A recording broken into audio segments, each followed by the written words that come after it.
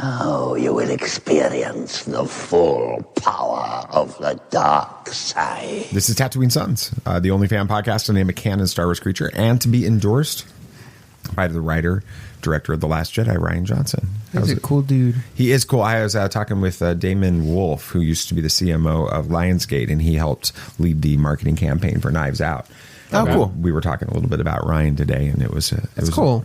He's the real deal. I mean, like, we knew that Ryan was a nice guy, but people that are in the industry, the more and more I talk to them that know Ryan, say he's like legitimately who you think he is. That's cool. Yeah, that's awesome. People be nice to him. That's right. So we're back with our second in our 8-episode series for Kingdom Come. Yes. We are. Episode 2. Episode 2. So this will be the one where we talk about sand, and we'll do that after this message from the guys over there at the Reverend and the Reprobate. This is Tatooine Sons. We are the Reverend and the Reprobate, just two best buds interviewing people we have no business talking to. I'm Lucas Pinkard. I'm Dan Gibson. These aren't tears on my face. Every Thursday, we interview somebody else from our favorite fandoms and yours. You can check those interviews out on the Christian Nerd HQ Network. You can find us on YouTube at RevRep Podcast at ReverendRep.com. And if you can't remember our name, just go to BaconOffice.com. It's way easier to find. New episodes every Thursday. Thank you guys for supporting Christian Nerd HQ, and check out the Reverend and the Reprobate. It's true. All of it.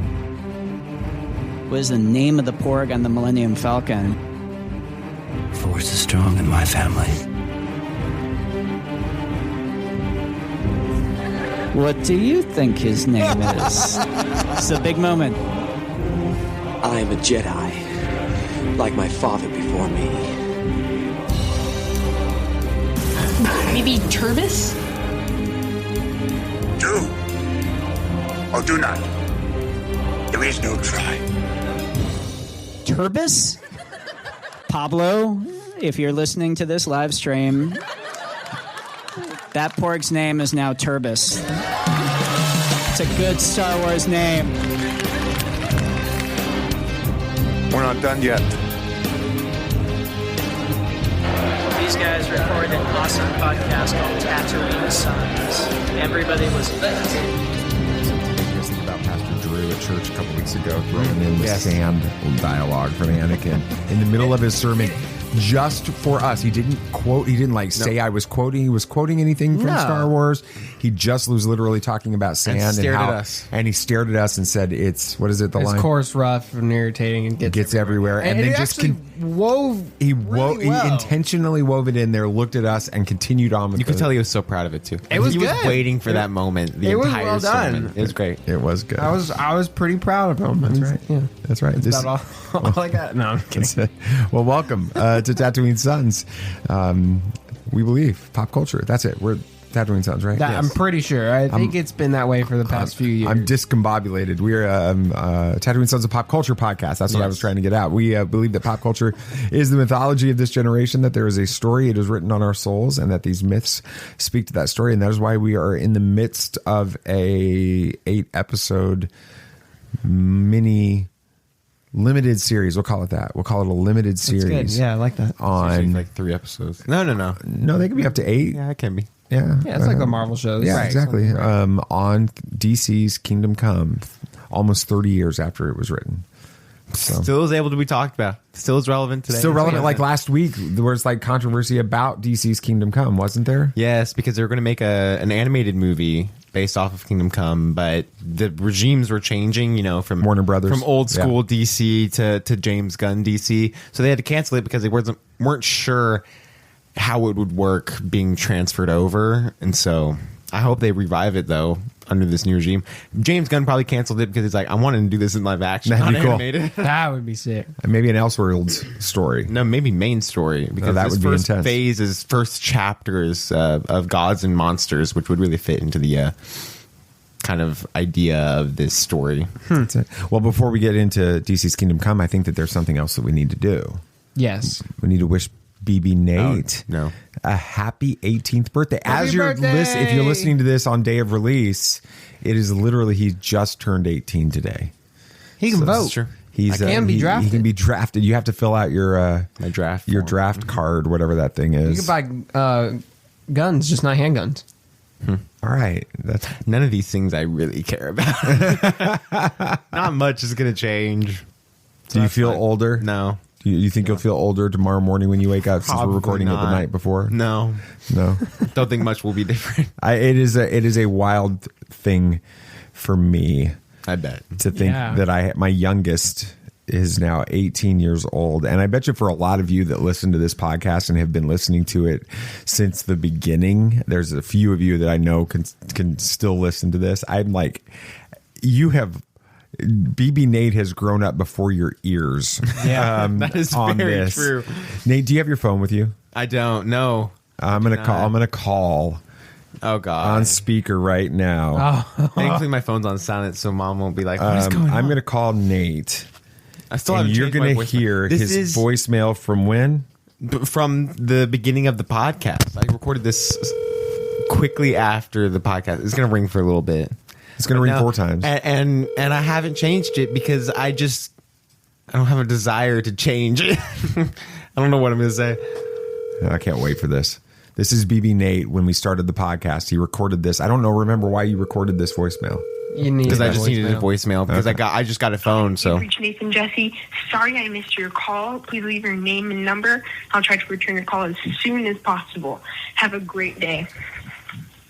At the tone, let's record your message. That's it. When you have finished, I know, but I'm gonna say happy you may birthday to hang him. up So or press 1 I'll for just more delete the options. message.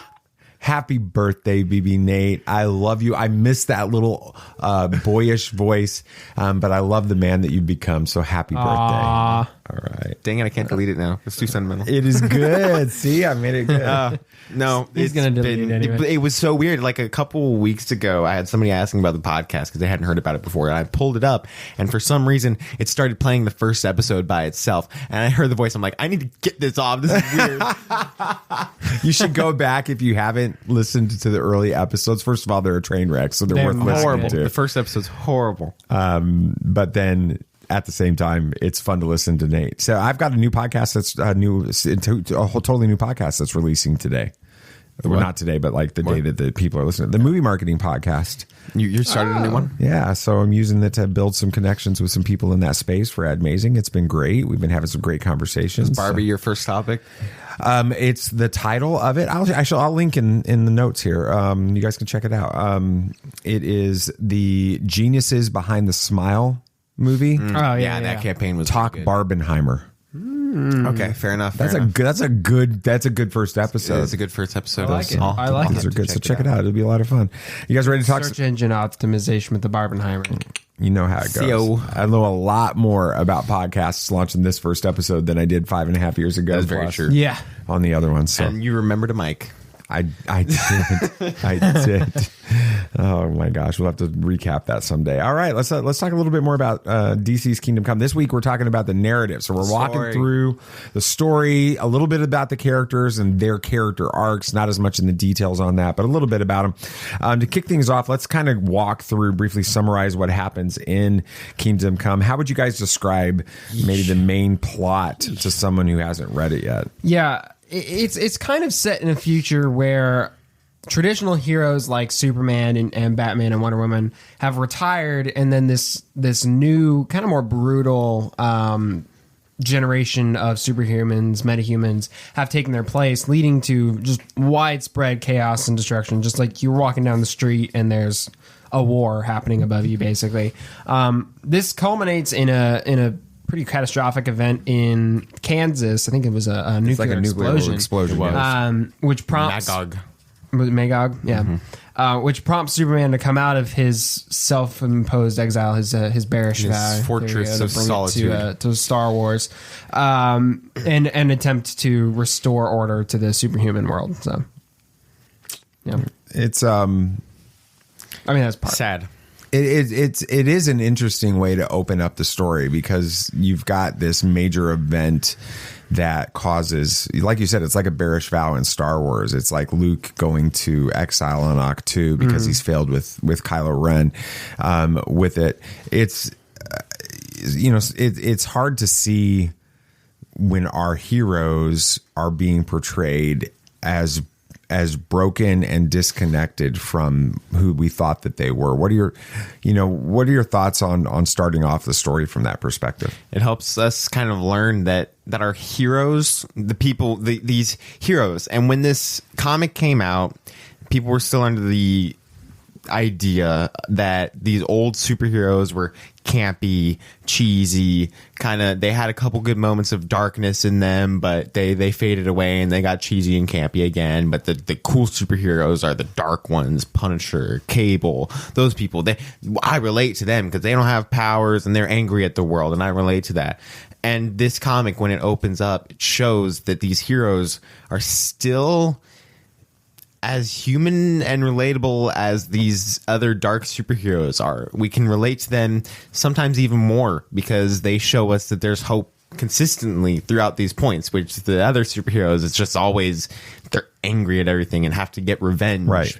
So this shows that the Superman, literally the Superman, this perfect idea of a superhero, has this emotional compass that gets broken because he loses Lois, and it breaks him, which is something we hadn't really seen much before in comics. Not even really with Death of Superman. He just dies, and then we see everybody else reeling from that, but we don't see Superman's reaction to anything, and so that didn't really happen a lot in Superman comics. And but before he kind of comes into the story that's what you talked about, Sam, is the opening, right? It's basically it's like just the very beginning of this. Before we get to the end where there is this hopeful ending, there's a lot that happens in between. Talk a little bit, Nate, about kind of where Superman goes with the story in that. Yeah, Superman's return, his kind of authoritarian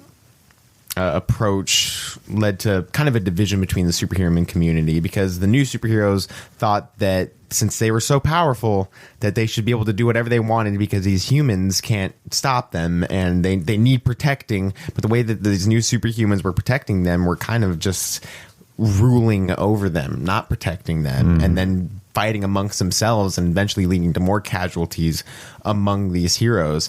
And so with Batman forming his own faction, he kind of resists Superman's control because Batman's slightly worried about what Superman could do with all he's this. Always all kind this of worried power. about that. And he's always worried about this.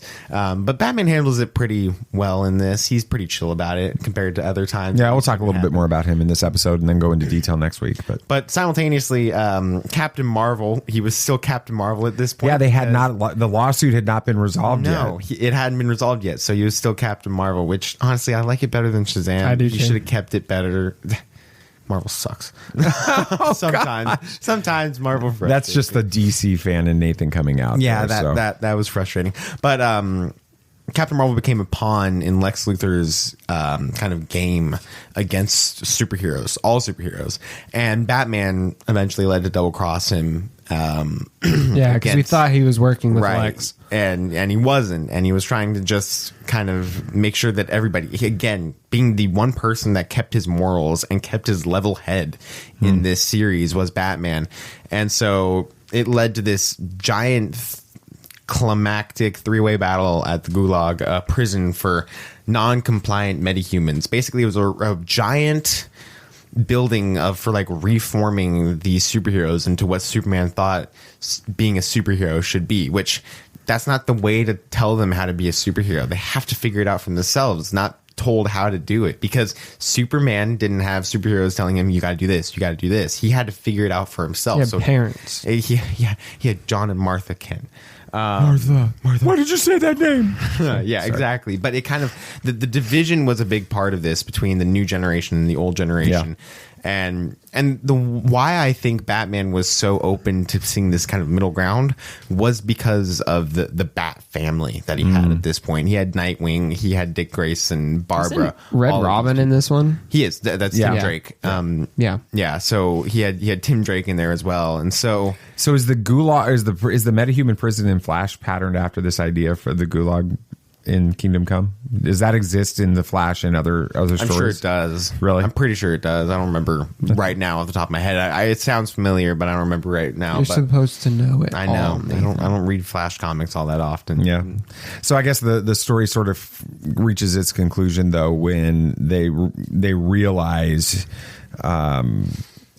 Batman and Superman and Wonder Woman are the Trinity and that group realize that it's time to kind of step back and take a look at what they're trying to do instead of trying to impose order and control over the metahumans, the next generation, and all of Earth. Trying to do that, they realized that they had to kind of work alongside humanity in order to resolve the challenges and the problems rather than impose authority over them. So at that point, it becomes kind of that happy ending, hopeful that you're looking for on a story like this. So it's not all great because they nuke most of the superheroes. Yeah. A lot of the superheroes die, even though you've got Captain Marvel sacrificing himself in order.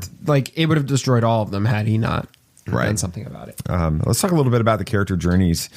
A little bit more detailed and kind of watching what they go through on this. We've talked a little bit about this already, but Superman, Batman, and Wonder Woman, let's focus in on them specifically. How do you think that these characters kind of evolve throughout this story, this narrative? What does their storyline, their arc say about the nature of heroism?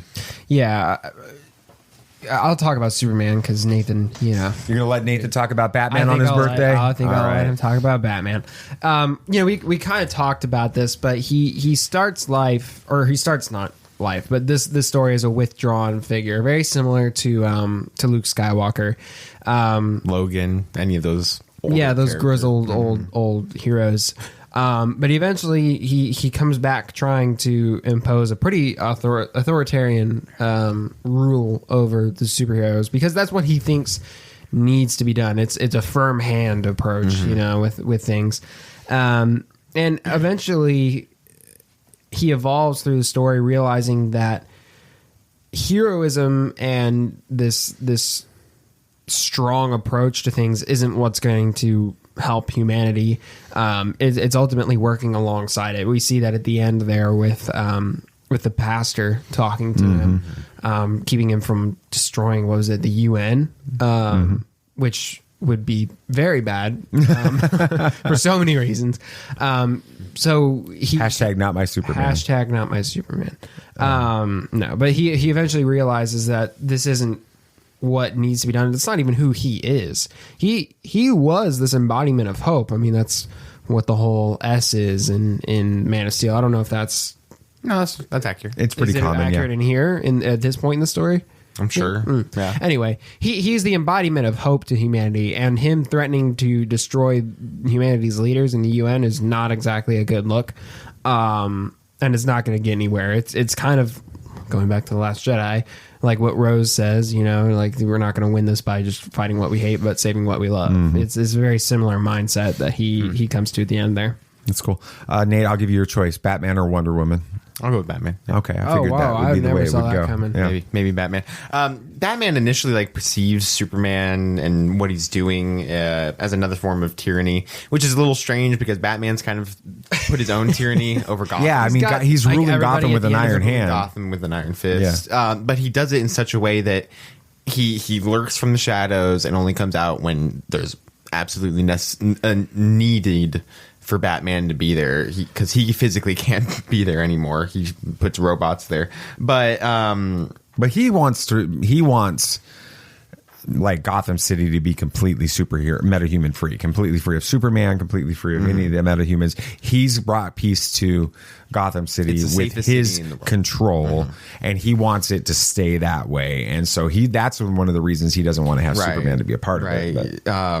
But however, he evolves to understand that both extreme reliance on power and complete autonomy are flawed approaches, learning that kind of heroism sometimes involves finding a good middle ground and uniting for the common good. He really figures out that they were the Justice League, and without Batman, the Justice League kind of falls apart because we can all agree Batman's the leader of the Justice League. Really always has been.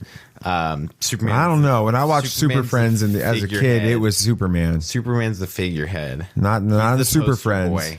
He's the poster boy, but Batman's not the leader. too dissimilar to the Avengers. Captain America is the poster boy, but we all know Iron Man's pulling. and Iron Man is very similar to Batman. He's also the one funding it all too. So yeah, that's true. Right. So Batman really helped figure out that the Justice League is needed for this world. The world needs the Justice League, and when they all kind of separated, they all started to lose their ideas and kind of the concept on what a superhero was. They kind of just figured out that they have power and they'll use it in the way that they deem is right. Mm-hmm. And the same goes for Batman. Batman kind of did it in a lesser form and was still kind of having a moral high ground compared to everybody else, but he still fell from where he was. It's still pretty messed. Like, no, exactly. It's still scary. It's everybody's scary. Basically held at gunpoint every day. But Kingdom Come Batman has been adapted before into Crisis on Infinite Earths in the CW series. Oh, that's right. Yeah. And they did it wrong. Oh, did they? They really did. They made him a villain.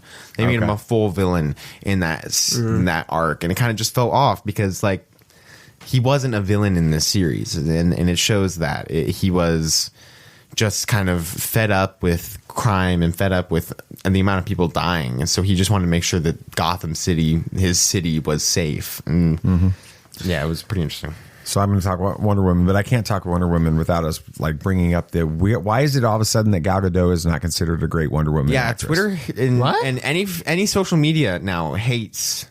Like it happened like last week overnight. She did an interview where she was talking about James Gunn and her are working together to create a path for Wonder Woman 3 in the DC universe now, and then people were like, "Why are you bringing her back? Recast Wonder Woman. You can't have her." And I'm like, "Y'all loved her like 45 seconds ago, and now everybody because we got rid of Henry Cavill, and everybody's like, why did you get rid of Henry Cavill but not keep? But like, you kept her, and just people just let it happen." Y'all did this with Robert Pattinson and Batman, and look how that turned out. It worked out fine. All right, so Wonder Woman kind of starts out. She's really instrumental in bringing back Superman. She's the one that goes to whatever it's a hologram world or something. It was the Fortress of Solitude. Okay, the Fortress. Just put a farm in it. Okay, so she goes and she like confronts Kal-El.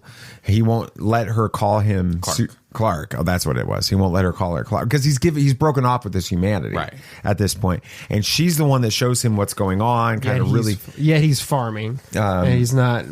That's exactly not the most human thing. Exactly. But he's she brings him back, and as she kind of goes dark. She does towards the end there. She does. I mean, she also got a cool sword. Dark. Wasn't her sword like able to like part atoms or something like that? Like her sword was like super powerful. Cool. Anyway, she gets pretty ugly. She's like encouraging like the complete destruction of the gulag and all the metahumans and like totally destroying them until she gets pulled back from the edge, from the abyss of by Batman again, and comes to realize that she can't. She can't go to that level of. She had separated herself from humanity as well, which is another way of looking. She had no people. She wasn't human. She wasn't Amazonian anymore either because she was kicked out of Amazon, Themyscira.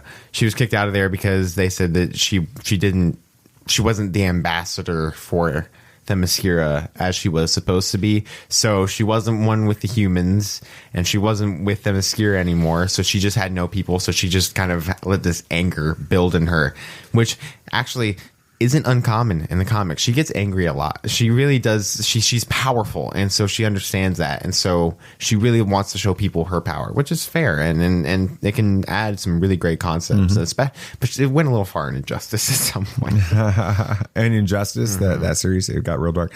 Well, I think the thing that we learned from just kind of a quick overview, and we'll talk more about the characters, especially these three, but all of the characters next week in our next episode. But when we think about Batman, Superman, and Wonder Woman, we realize kind of that there has to be that balance. It's almost, we're called Tatooine Sun, so you're going to find a lot more Star Wars references that pop into this with it. But it is that balance between the dark and the light, right? It's what we experience from Luke, what we hear from Luke in The Last Jedi. You're gonna about hear a lot of those references too. Yeah, it's our favorite. It is, but it's not this battle between one has to overcome the other. It's about how do we find balance between them, the light and the dark, the day and the night, right? The life and death, and when you have it's not metahumans versus humans. It's not supers versus non-powered peoples like with Batman versus Superman. It's not the classic generation of superheroes versus this younger generation of metahumans.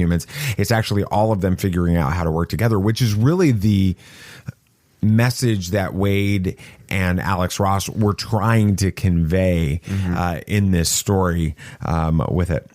Let's talk a little bit more about that. One of the divides that's there, because it's a huge one in there. It's this idea of the generational issues. It's a key theme in the story where you have what I was just referencing a minute ago. The what are we calling them? The legacy heroes? Is that what we would call them? That the legacy heroes, the OGs. Yeah, that's right. The original gangsters. That's right.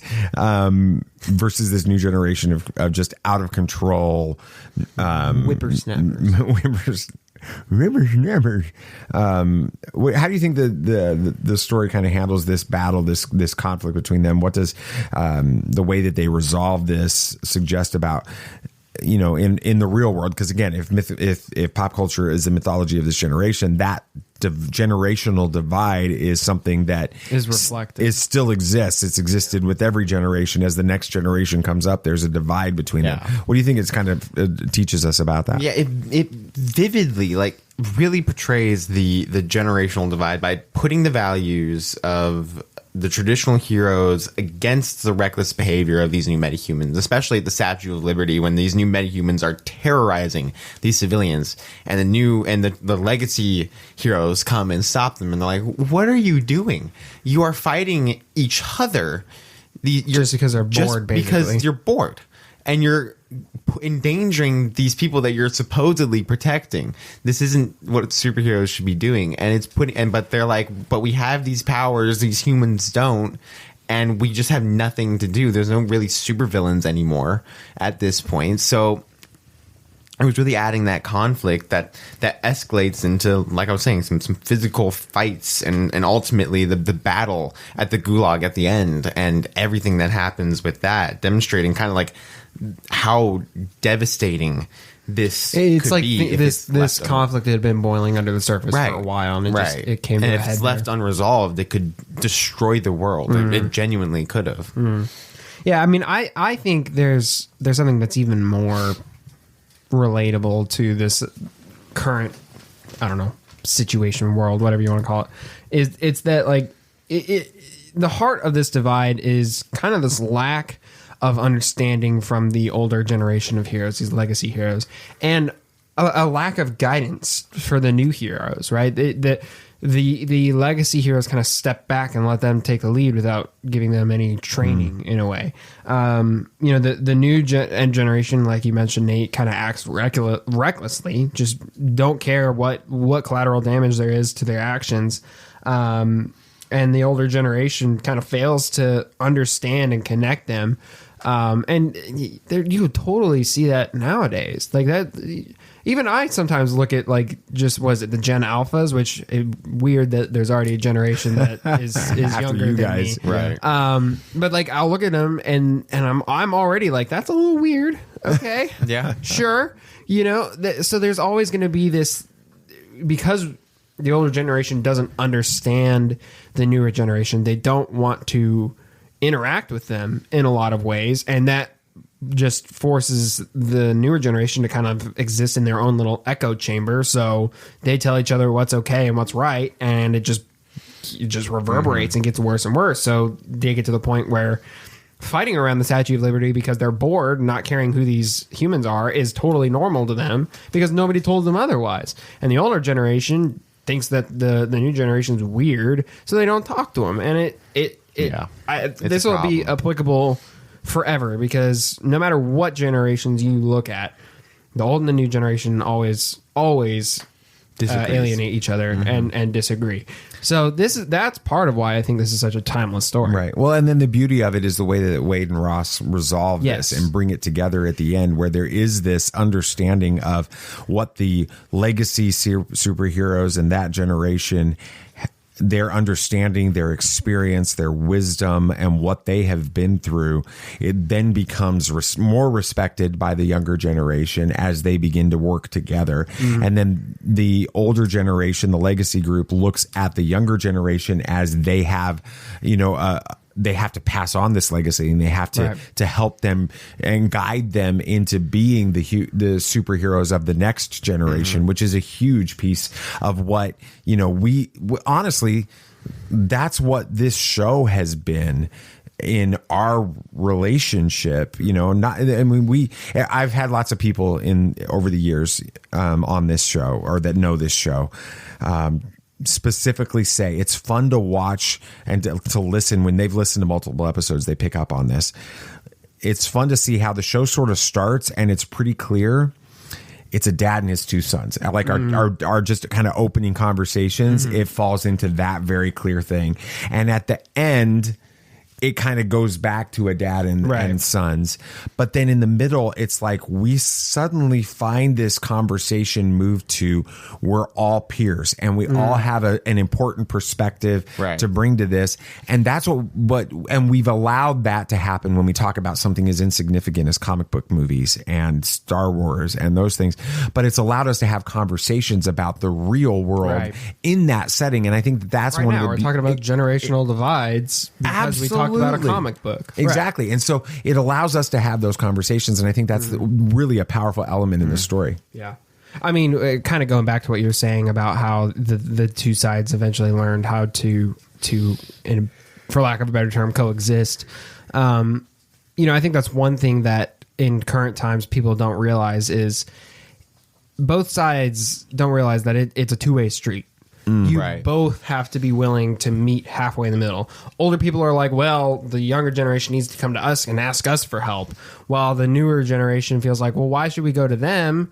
They should come to us if they don't like how we're behaving. And they should start leading us. Right. They should start leading us. They're the older generation. It's not this mindset of you have to both sides have to humble themselves to meet in the middle to come to a resolution and make any progress, which is something I think that's important to realize. And we could stop this entire episode right there, because that's like, if that's all that anybody takes from this conversation, that's right there. But we got more to talk about. So let's talk a little bit about that, the ideas of in the narrative of power and responsibility. With great power comes great responsibility. It is, but that's the problem. They didn't have an Uncle Ben.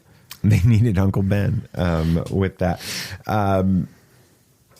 It's really what's the theme in this is not necessarily power, but it's the misuse of power and how it kind of destroys everything through that, either the complete not using it or the extreme overuse of it.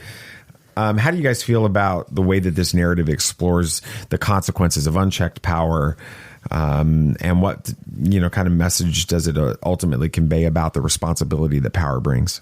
Yeah, I mean, it initially depicts this unchecked power as through the actions of this younger generation who cause chaos and generation and destruction. And I remember when I first read this comic, it was I didn't know what I was getting into. I knew like next to nothing about this comic. I just know Nathan said, "Hey, it's a great comic. You should read it. It follows a pastor." I'm like, okay. It was such a whiplash moment when I'm sitting there reading it, and the pastor's walking through the streets like it's every day, and there's literal wars happening like 50 feet above his head, and he's completely unfazed. That's such a weird situation to just be dropped into in a comic. And it just shows you how this unchecked power has just become such a commonplace thing. It's such a problem that it's hardly even a problem anymore, while we know that this isn't the way things should be. So it really drives that home. And it shows that it gets to a point where it's no longer just normal everyday stuff with the whole Kansas event. The the nuclear explosion. Right. That kind of brings everybody out of it and realizes, okay, maybe there's something that's been going on that's not so cool. Maybe we should like address this for a minute. Yeah, it was. That's crazy. Yeah, it was Captain Atom, by the way, that exploded. Oh, it was like an accident, right? It was Captain Atom. He's weird. Little backstory, comic backstory right here. Okay, go for it. Captain Atom was originally a military person who was experimented on and then turned into nuclear energy, complete like his physical form was a nuclear energy.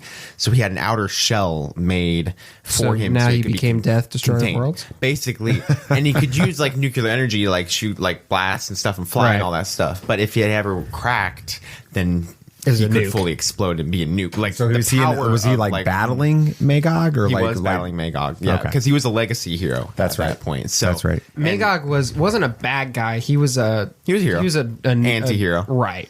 So yeah, it was, and then we're really seeing it later on with Superman and kind of the misuse of power, and even Wonder Woman to an extent. But when Superman returned and then created the Gulag, what? Superman Returns, Brandon Routh, Superman, yeah. But he created the Gulag, and it kind of it showed the other side of that coin, the other side of the concept of just the misuse of power in an attempt to impose order on these new metahumans.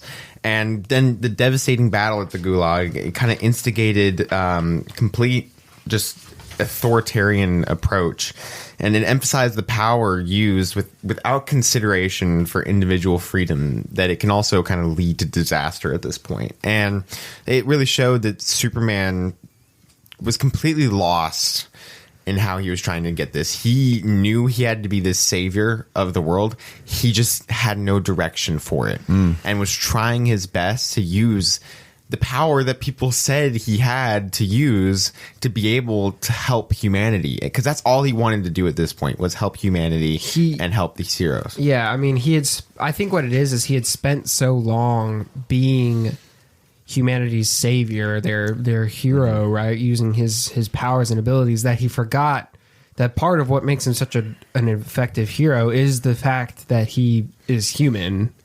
Quote unquote. He's of both worlds, and I think he forgot that he could use that other side that's in a lot of ways more powerful and more effective. Right. Yeah. Well, and it's the balancing of those two extremes in the resolution of the story. With great power comes great responsibility. Right, but it's a responsibility to use it within a proper construct. Speak softly and carry a big stick. Well, no, that's different, right? That speak softly and carry a big stick is sort of like you don't let them see you coming, right? You carry the big stick and don't let them know you're on your way. With that, sneak up on them, kind of you don't have to, you don't need to talk. This is more of the concept. It says in the Jesus says it in the Beatitudes when he says, the meek shall inherit the earth, type thing. This idea of meekness is seen as being weak, right? It's seen as being like somebody that can be stepped all over. I remember vividly, there's moments in your life as a dad when something clicks. Right. Okay. And I remember being on our house back in Colorado. First one. The flowering almond, the one that we lived in for most of your guys' childhood years, right? I remember being in the living room and on the floor and just going after it with you two. Yeah, we were right? Wrestling, and you guys are coming at me and all of this other stuff.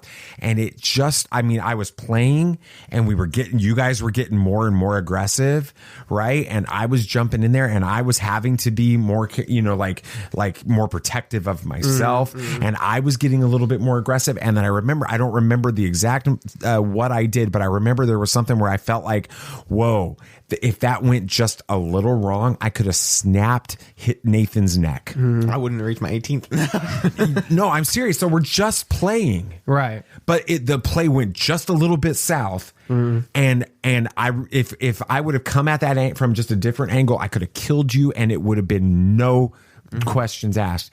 And and it was later on that night, laying in bed, because really it got to me. Yeah. You know, I'm laying in bed that night and I'm like, that's what meekness is. It's realizing I have the power of Superman here. I could do this.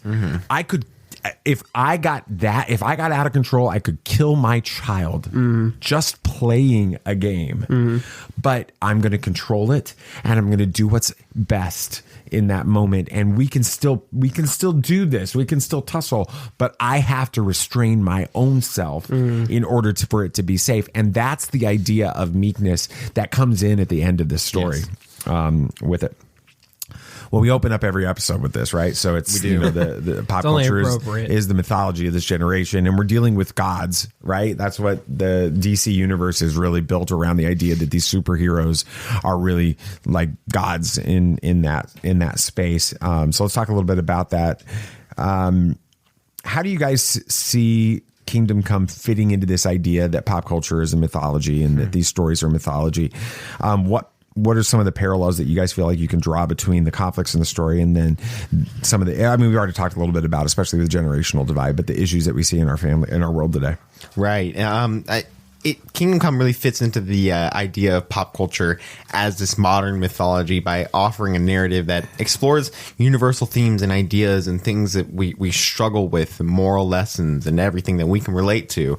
Just like traditional myths and everything, it uses larger than life figures, you know, these superheroes, to reflect on human nature and kind of the issues that we face in society. That's one, like, just an interesting, like, question. Why does mythology often use larger than life characters to get their points across? I wonder why that's such a common tactic, because it's been like that for thousands of years. Because we're fascinated by strength. We're fascinated by power. We're fascinated by these heroes, right? And so we can step back and look at heroes and villains and the extremes that we see in those stories and look at this bigger narrative. I also think that there's and again, we don't apologize for this. We firmly embrace this. And if you listen to our show, you're going to hear this over and over again. But, we believe that there is a supernatural world, and that there is an eternal supernatural God, and there is the ultimate personification of evil, and that they are at war with each other. And so when we read these stories about good and evil and superheroes and supervillains and the dark side versus the light side in Star Wars and all of this, it allows us to connect with that part of us that knows that there's a bigger story that's out there with it. Interesting. Yeah, we touched on this a good bit, but I think one of, if not the main point of what makes this such a modern mythology is the parallel between the story and contemporary society. Yeah, you really saw that and brought as it that up, generational divide. Just in the real world, there's misunderstandings and conflicts that happen between the older and younger generations. You open up social media, it'll take you 2 minutes, if that, to see something like that. And the narrative's resolution, as we talked about, suggests that it takes a mutual understanding and respect and guidance from both sides to bridge this gap that, like I said, is equally relevant today, would have been equally relevant 50 years prior to the story coming out, will be equally relevant decades to come. There's always going to be this conflict between generations, and this story really does a great job of exploring that. Yeah, and I think that's we can even see it, another big theme that as we've been talking, as I kind of was talking about the idea of meekness, right? We see that on an individual level, right? But then we need to think of this from a governmental level, and that's a big part of this story as well. With this, but you got Nathan, Sam, you were 6 months, not even like 4 or 5 months old when 9/11 happened. And Nathan, you were a little boy, you weren't born for several years, so you woke up into a world post 9/11, right? But I grew up in a world where, we didn't have these ideas of constant government surveillance and viewing everything that we do, and then we didn't when we went to the airport, right? anyone could get, if you can get through the metal detectors, which weren't that big a deal at the time, you didn't have to take your shoes off. You didn't have to scan all your stuff, right? You just went through, and anybody could go with you to walk to the gate, to see you off and stuff, or to pick you up from this. And everything changed post 9/11. And it's an example, right? That's all I'm trying to use with this, right? So we got so in fear of what could be because of what happened with 9/11 that we surrendered freedom for security. And this is a big theme, right? This is a balance that's in this story, and that we need to be willing to have real conversations about, how much is our security and our protection worth, having someone provide that for us. How much of our freedom and our liberty do we have to surrender in order to have that security and that protection? So it's a really, interesting story that's brought out in this with it. We can talk about a lot of different things in it, but there's one more that I want to just kind of touch on as the dad moment. I am your father. So one big lesson that we can take away from Kingdom Come is really the question of what does it mean to be a hero. It's not just about having power or being in control of things. Characters like we see in this Superman and Batman and Wonder Woman and all of them, they show us that a real hero is willing to step back and have that dialogue and work with others and understand the different perspectives and the viewpoints before moving things forward. Treating basically with empathy, right? Having empathy for other people and other people's perspectives. So in our lives, we have to remember that being a hero, being somebody that's somebody else's hero, if that's what we end up being, means listening, means understanding, working together with the people that are around. You could have just taken the monologue from the end of the Batman and had that be your dad moment. The vengeance, not vengeance, but hope. Yes. The dialogue. That's a good monologue. They need hope. It is. We do need hope. It's a good movie. Nathan wants to watch it. He'll probably watch that on his birthday now. Such a good Probably movie. watch it tonight, honestly. I wouldn't be surprised. Stay up late and watch it. It's so long. No. It is too long for that. It's too long. Nate, what are we going to talk about on our next episode? Yeah, we're going to be talking about kind of the Exile is the title. Kingdom Come is notable for its alternative interpretations of iconic characters. The Elseworlds label. The Batman isn't going to be in the Elseworlds. Batman's Elseworlds. Yeah. The label of Elseworlds. And this episode will kind of dive into the transformation and development of key characters such as Superman, Batman, and Wonder Woman. And some others. Even Captain Marvel. Yes. Yeah, he's a big character in this. I feel so bad. Savannah. And Flash. Stupid Savannah.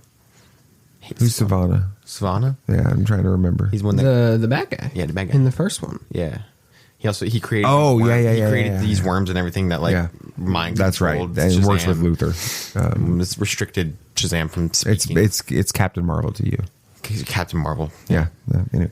That's cool. So I hope that you enjoyed the episode. I think it was a good conversation. I'm sitting here thinking about the conversation, and I'm like, man, that got deep really fast. So, that's what happens with Kingdom Come. Yeah, DC's Kingdom Come is that kind of a story. What are if people have thoughts on this? Where's some ways that people can share some thoughts about what we're doing? Well, we're on Facebook. We are, and we're on Twitter. We are. Well, it's X, which is. Anyway, are we on Threads? I think we're are. on Threads. I check it once every couple of days. We're on Instagram, but I don't think we've done anything on it in a long time. It's been a while. But it's all at Tatooine Sons SONS. That's where you find us on everything. We even have a website, tatooinesons.com. We do. You can jump on there, send us messages through that as well. So that's where you can share your thoughts or get more on our show. Yeah, and can people give us feedback on the show? You can give us ratings and reviews on any app that allows you to give ratings and reviews. Some apps don't. Well, lots of them give ratings options, right? So you can rate us, you can review us.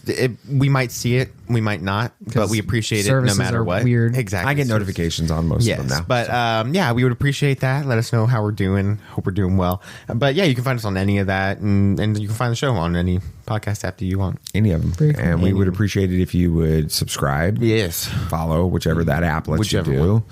With that, and share the love, right? If you know other DC fans or other mythology fans or people that you're just like, man, that's the first time I've ever heard a dad and his sons, right? That's Yes. that's my Dad and his sons. Yeah, There that's you the go. proper way to use the Phrasing. the English language there. So I'll use it that way.